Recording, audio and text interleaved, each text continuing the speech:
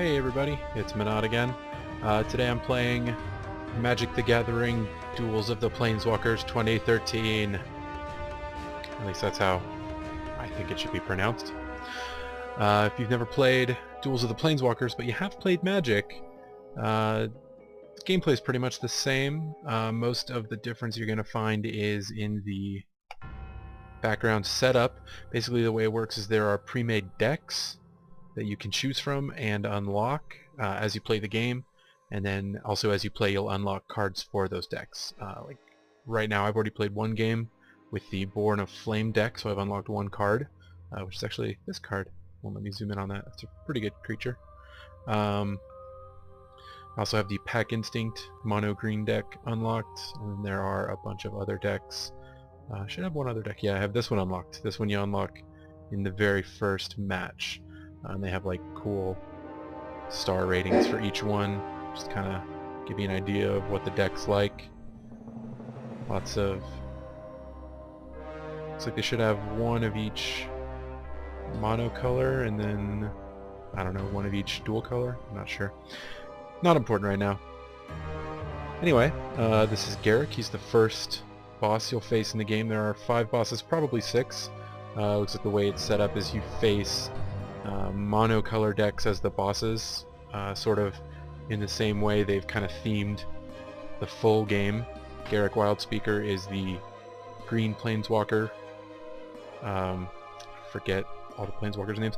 I haven't played real Magic in a long time, you guys, to be honest. I think the last time I played hardcore Magic was between 2004 and 2006. Did a lot of playing back then, did PTQs, some Grand Prix, stuff like that. It's been a while. It was before they introduced the Planeswalkers, so those are all still kind of new to me. I do like this red deck, though. I always like playing mono red. So we're going to do mono red versus mono green. We'll see how this works, and I'll show you how the game layout works. Oh, it's a cinematic. They do these motion comic cinematics. Roar! I'm scary!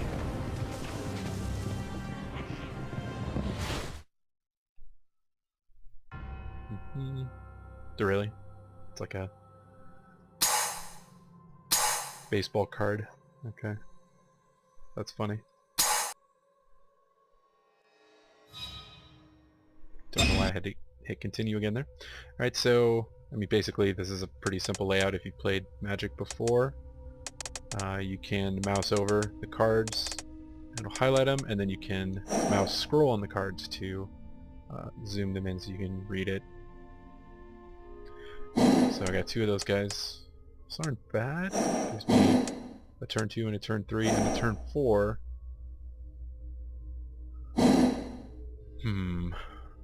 Yeah, that's fine. We'll keep that. I'm going first. It does always highlight kind of, you know, the available cards. You just click on them once, plays them. One of the crazy things, this game actually has a timer for a lot of actions. Basically, when you're able to respond to something, it runs this timer down. Keeps the game moving. Oh, that's fantastic. Love to see that. This is a direct damage at instant speed, 3 damage for 2 mana. Like it. Glad to have it. So we're going to go ahead and play that. And I'm just going to go ahead and play a creature. Playing a creature is usually never the wrong answer. Anyway, this timer here runs down just so it doesn't sit... like I can't keep a card on the stack forever. His creature's probably bigger than mine. His creature is very bigger than mine. Yeah, this is what green does, you guys. If you're only slightly familiar with how Magic works. He paid the same amount of mana I did, and he got a 3/2 Trampler, which is significantly better. His mana cost is technically different, but in mono decks it doesn't really matter. We're both playing mono color. Don't like that. Might have to shoot that. Although, since he is playing mono green, he's probably going to have a hard time dealing with flyers. This is a great flyer. I love this. I actually don't remember what... Will this show me what Bloodlust does? Yes, it will. You can hit more info and it'll give you all the rules. Creature with Bloodlust enters the battlefield with +1 counters It's... Okay. So I need to play that after I do damage to him. Cool. Play that.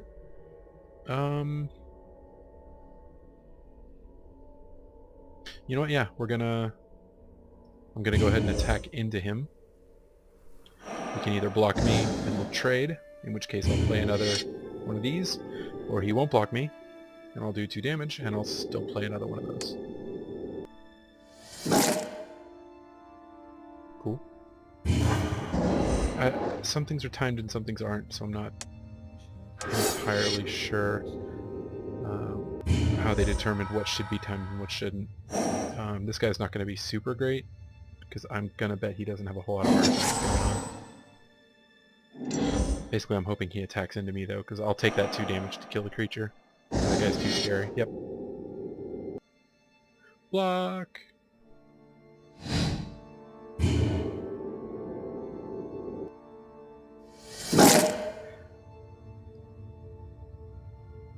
Oh, continue, right. I take 2 tremble damage. That guy's way bigger than all my stuff. I don't like this, you guys. That's not good at all. That's really bad for me. Player and 1 damage to each creature. Okay. That's still not great. So right now I can attack for 6, and he can attack for 8. I'm just gonna... I don't have any other creatures to cast, so I'm just gonna pump him up with his fire breathing. I always liked Furnace Whelp. He was in the Mirrodin block. He did really good for me. I had a mono red burn deck with Arc Slogger, if you remember Arc Slogger. Oh, that was such a good card. First time I looked at it, I thought it was the worst card ever, and then I played it once, and it was magnificent. Keep.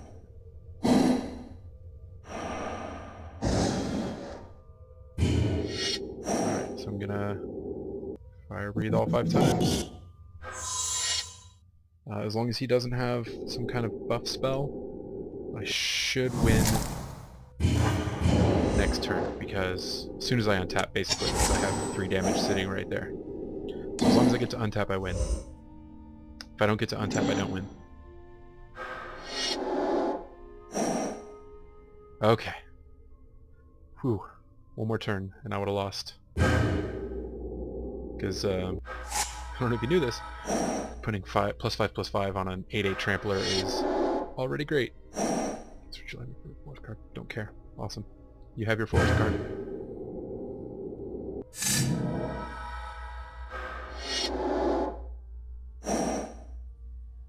Oh no. Wait. Should still win. Because even if he gains full life, that puts him at 7, and I can do... Yeah, I can do 7, so I'll just attack. He doesn't have any blockers. But I do need to block that guy. And he has no cards in hand, so I know he's not holding the trick to make me trample. I will gladly go to 2, sir. And what do we have here? Pyro Charger. That's not too bad. But...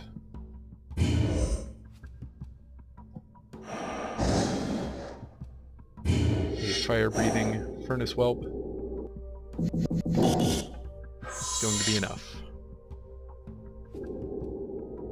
He's at 3 life. Best he could do is sacrifice that boar. I think it's that one.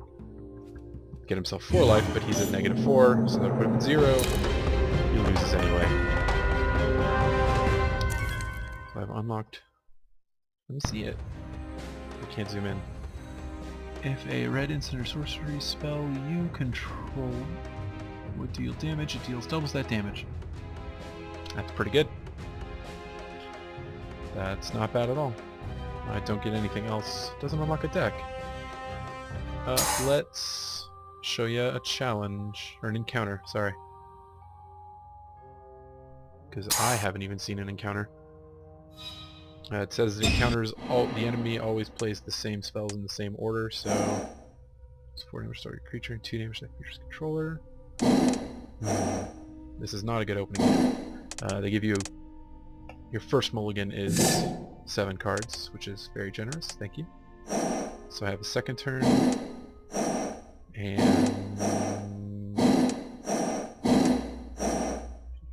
I have a second turn and a not very good second turn, but it's a flyer. Yeah, sure.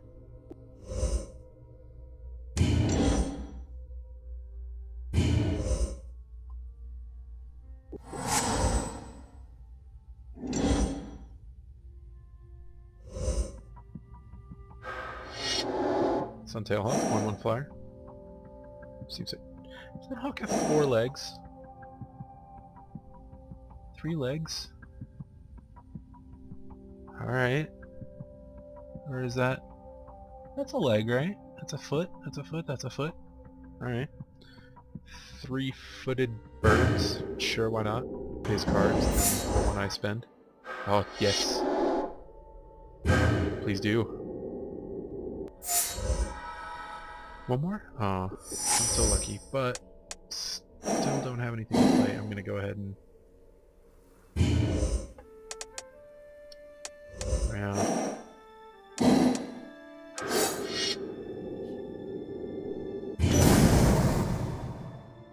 That's funny. It's a neat little effect.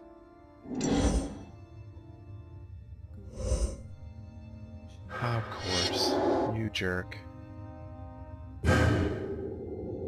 You're just gonna play 1 bird a turn? Is that what we're doing?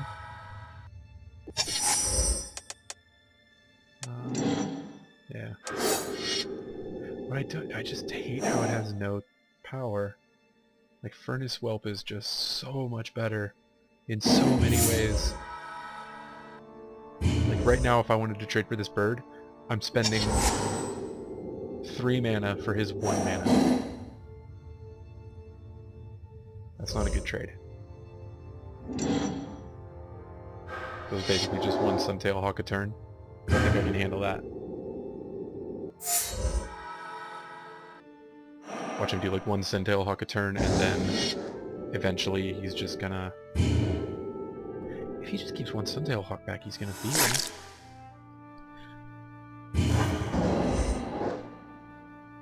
Okay.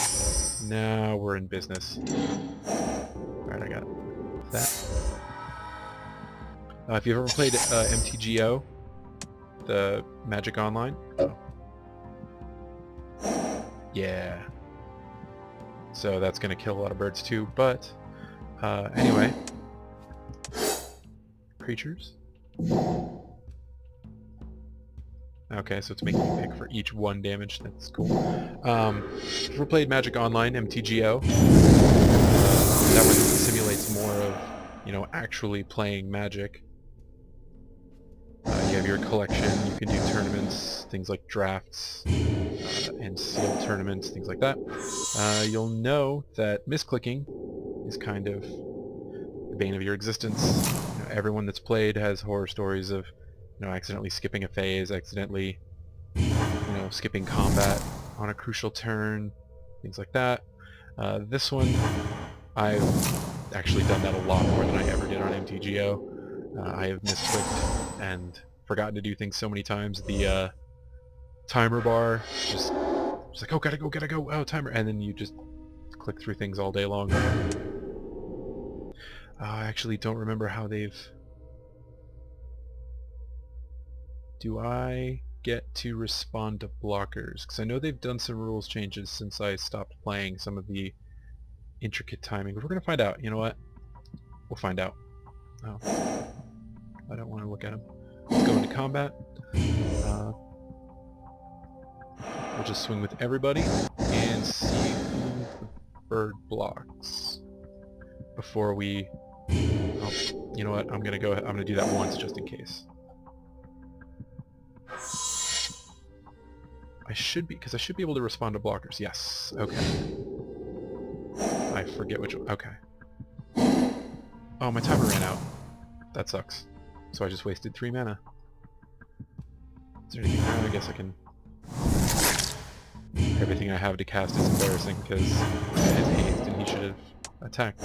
Alright, so yeah, that's what the timer does. You miss out on 3 more damage. That's fine, I have him next turn. Sure, yeah. I do like all these little icons right here, you can see them. Like all my flyers have little wing icons. This guy has that icon. Even though haste really isn't that relevant. Once you... Oh, crap. I'll just do it on everybody else. See, that could have been bad, because my timer was almost gone. Oh no, it wasn't. I had plenty of time. What am I talking about?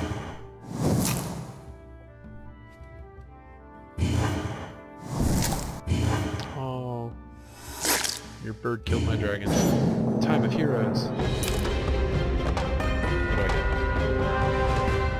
You defeated the encounter.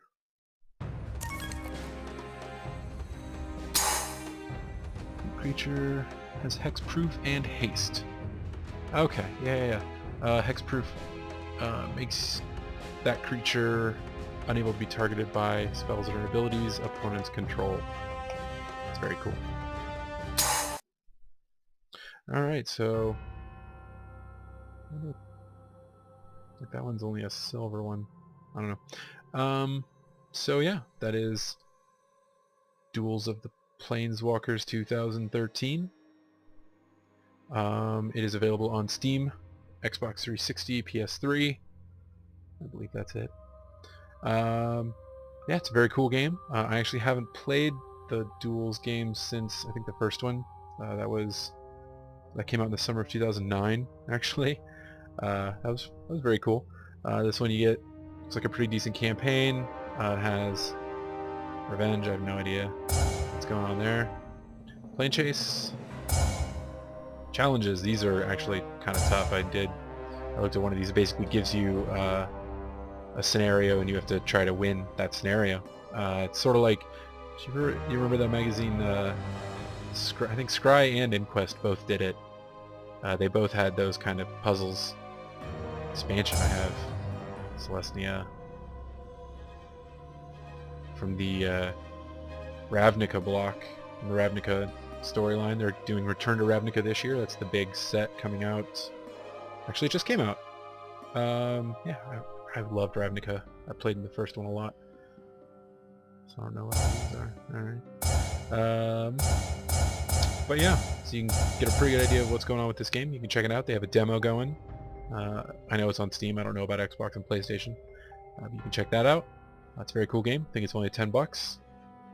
So yeah, we will see you later. Check out sidequesting.com. And thanks for watching.